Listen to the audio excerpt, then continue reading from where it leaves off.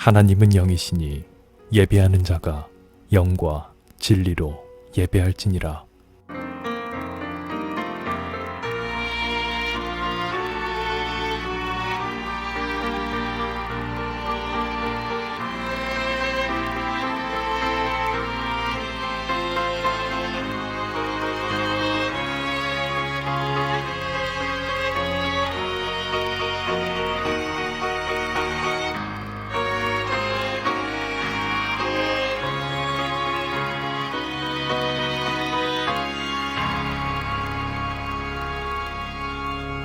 사도신경.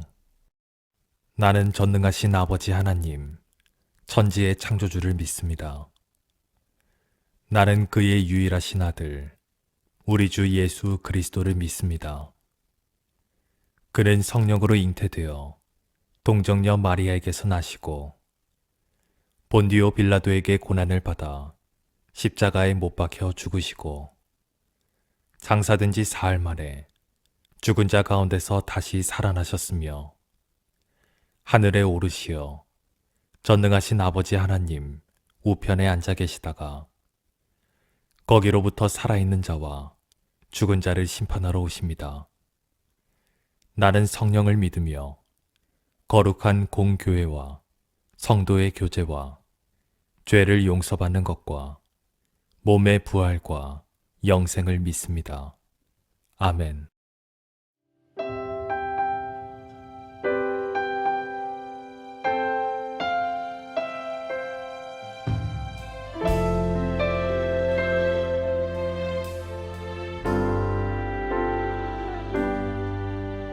주 사랑이 나를 숨쉬게 해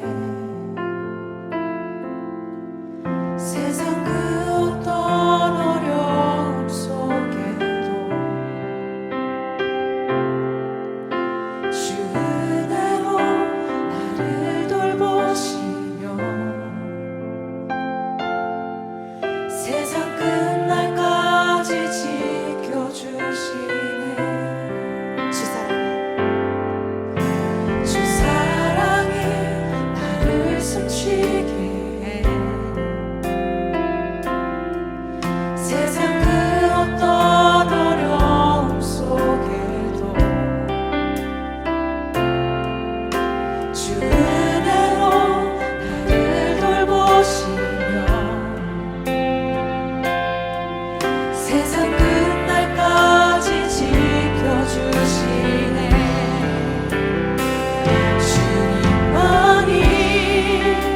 내 아픔 아시며 주님만이 내 맘 어루만지네. 어느 누구도 나를 향하시 주님의 사랑을 끊을 수 없네.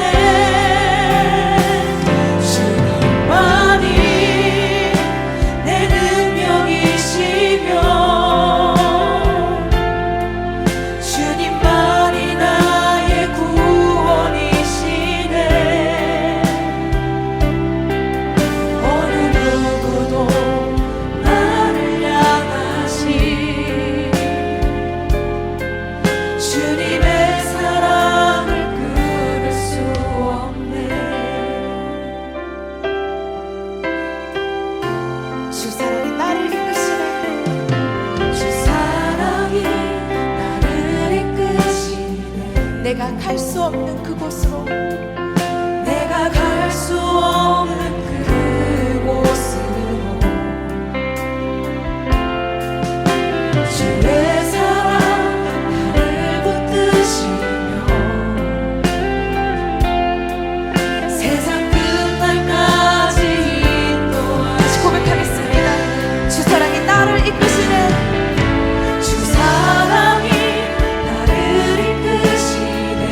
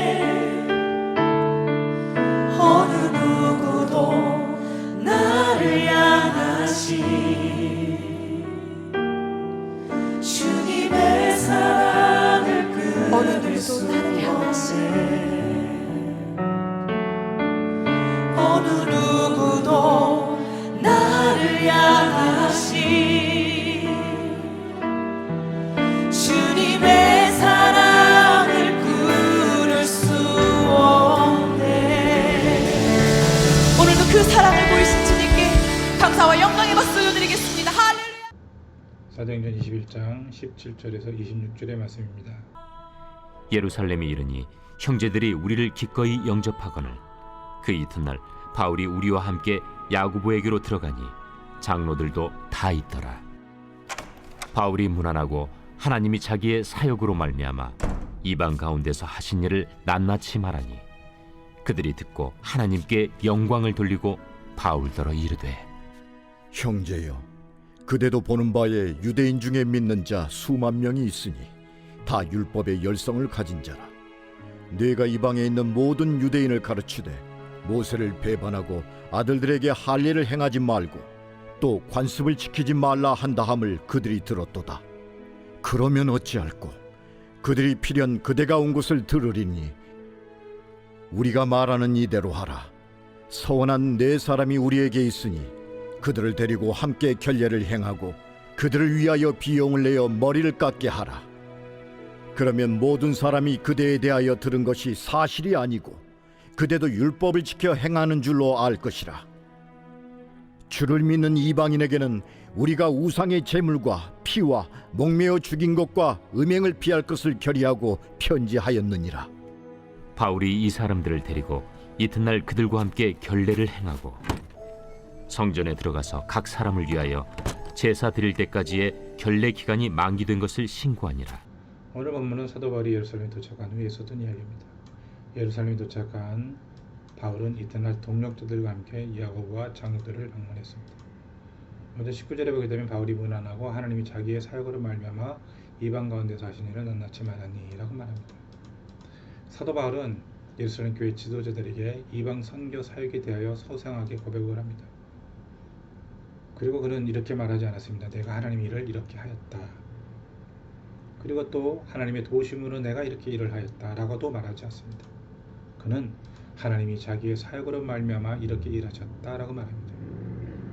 여러분, 여기에 하나님의 일을 하는 사람에게 한 가지 큰 유혹이 있다는 겁니다. 우리는 말합니다. 하나님께서 도우셔서 내가 이렇게 일했습니다. 여러분, 거기서 우리는 우리 스스로 유혹에 빠질 수가 있다는 겁니다. 내가 하나님의 도움을 통해서 이렇게 일했다, 내가 했습니다 라고 말하는 유혹에 빠질 수 있다는 겁니다. 우리는 겉으로는 하나님을 앞에 내세우고 자기를 내세우는 것 같지 않게 그렇게 말합니다. 하지만 우리의 마음 깊숙한 곳에서는 이러한 유혹이 있다는 것입니다. 하나님의 일을 하고 있지만 그러나 그것은 내가 그만큼의 능력을 가지고 있었기 때문에 감당할 수 있었다라고 그렇게 교만한 마음을 가질 수가 있다는 것입니다. 내가 이만큼 큰 교회를 할 수 있었던 것은 하나님의 도우심이지만은 내가 나였기 때문에 가능하다. 내가 이렇게 하나님의 도우심으로 선교 사역을 하였지만은 이렇게 큰 사역을 할 수 있었던 것은 바로 나이기 때문에 가능하다. 그렇게 고백할 수 있는 교만에 빠질 수, 유혹에 빠질 수 있다는 것을 우리는 기억해야 된다는 것입니다. 주원은 하나님이십니다. 일의 주체도 하나님이십니다. 선교도 하나님이십니다. 하나님께서 하시고 하나님께서 계획하시고 하나님께서 모든 일을 할 수 있습니다. 하나님이 주체이십니다. 다만 우리는 하나님을 돕는 도구일 뿐이고 종일 뿐이라는 것을 기억하며 우리의 이름이 내어지는 것이 아니라 우리의 이름이 높아지는 것이 아니라 오직 하나님만이 높아질 수 있는 사역을 하여야 된다는 것입니다. 두 번째로 20절에 보게 되면 유대인 중에 믿는 자 수만 명이 있으니 다 율법의 열성을 가진 자라고 그렇게 말하고 있습니다. 여기서 주목할 것은 유대인 출신 성도들이 다 율법에 열심이었다는 사실입니다. 여러분, 율법에 열심히 있는 자라는 표현에 대해서 어떻게 생각합니까? 이들은 유대교에 속한 유대인이 아니라 유대인 중에 믿는 자들이었습니다.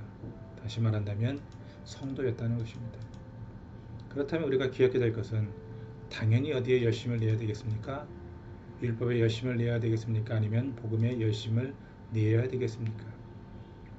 사도 바울은 복음을 위해서 자신의 목숨조차 아끼지 아니하는 삶을 살았습니다. 그런데 정작 모계를 할 수 있는 예루살렘 교회 성도들은 복음이 아니라 율법에 열심을 내는 자들이었다는 겁니다. 여기에 충격이 있는 것입니다. 우리 또한 마찬가지입니다. 무엇이 열심을 내서는 안 된다는 것입니다. 무엇을 위해 열심을 내는지, 무엇이 옳은지, 무엇이 가장 우선에 두어야 되는지에 대해서 우리는 깊이 묵상하고 그리고 몰두해야 된다는 것입니다. 사도 바울은 이렇게 말하는 겁니다. 우리가 열심을 내어도 오직 주 예수 그리스도의 복음을 위해서 열심을 내어야 된다라고 그렇게 고백하고 있는 겁니다. 여러분, 우리가 많은 일을 할 수 있습니다. 무슨 일이든지 열심을 내야 될 것입니다. 하지만 그 중심에는 오직 예수 그리스도의 복음 외에는 다른 것이 그 중심에 있을 수 없다는 것입니다. 우리는 열심히 교회를 합니다. 열심히 사역을 합니다. 열심히 여러 가지 많은 하나님의 이름으로 일을 한다고 말합니다. 하지만 진정한 주의 일은 우리가 감당하고 있을 때, 우리의 방향이 잘못되었을 때 우리의 열심은 아무런 의미가 없다는 것을 기억하면서, 우리의 삶의 자세도 마찬가지입니다. 우리가 예수 그리스도를 믿고 하나님의 자녀가 되는 순간부터 우리는 하나님의 일을 감당할 수 있는, 우리 중심에 하나님을 두고 모든 일에서든지 하나님의 영광을 위해서 살아가는 그런 자세가 필요하다는 겁니다.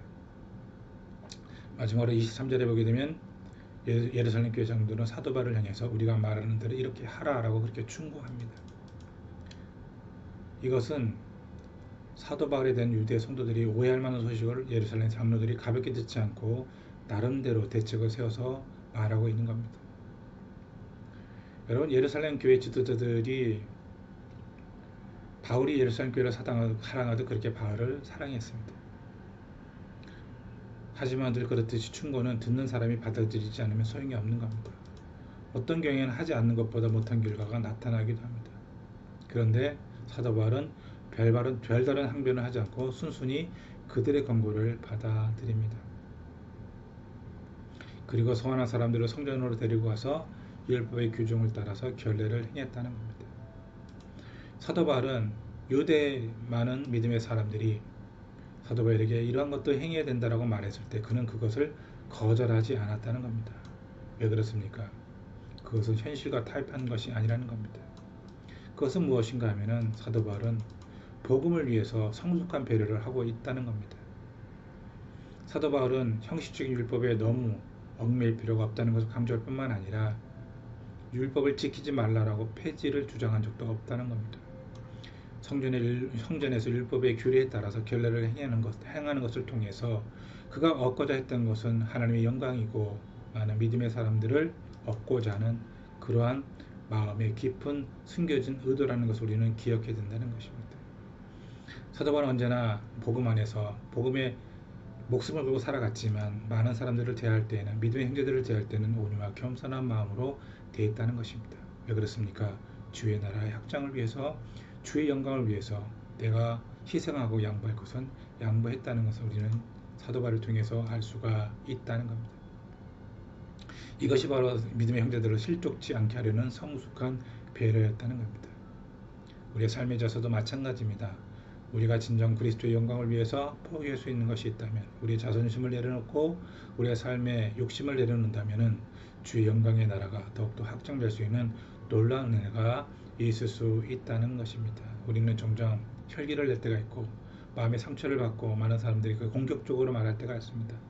그럴 때 여러분 기억해야 될 것은 바로 그것이 하나님의 영광을 위해서 우리가 행해서는 안 되는 일이고, 그것을 참고 견딜 때 하나님 나라가 확장된다는 것을 기억해야 된다는 것입니다. 특별히 믿음의 성도들과 믿음의 동역자들에 대해서도 마찬가지라는 것입니다. 내가 조금 더 희생하고 좀 더 낮아진다면 하나님 나라는 놀랍게 확장될 수 있을 것입니다. 기도하겠습니다. 오늘 말씀을 통해 사도 바울은 여러 가지 많은 상황 가운데서도 오직 복음만을 정했고 하나님 영광만을 위해서 살았습니다. 그리고 자신의 여러 가지 것들 가운데서도 복음의 영광을 위해서면 무엇이든지 내려놓을 수 있는 그런 마음도 있었음을 우리가 알게 됩니다. 우리의 삶의 자리에서도 우리가 주의 영광을 위해서 나의 자존심과 나의 욕심과 나의 여러 가지 상황들을 내려놓을 수 있는 믿음의 자세를 가질 수 있도록 도와주시고, 그리하여서 믿음의 형제들을 구할 수 있는 그런 자세를 가질 수 있도록 주님의 자와 인도하여 주시옵소서. 가정과 직장과 사업장을 축복합니다. 전제를 축복합니다. 우리의 삶에 여러 가지 많은 문제를 놓고 기도할 하나님께서 응답하여 주옵소서. 모든 말씀을 예수 그리스도 이름으로 감사하며 기도드립니다. 아멘.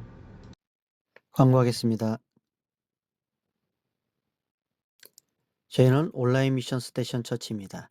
선교를 향해 그리고 선교에 서 있는 교회입니다. 모든 헌금 후원금은 선교를 위해 사용합니다. 오늘은 사순절 셋째 주입니다. 이번 주는 무엇인가를 결정할 때, 무엇인가를 행할 때 꼭 생각해 보기 원합니다. 주님이라면 어떻게 하실까?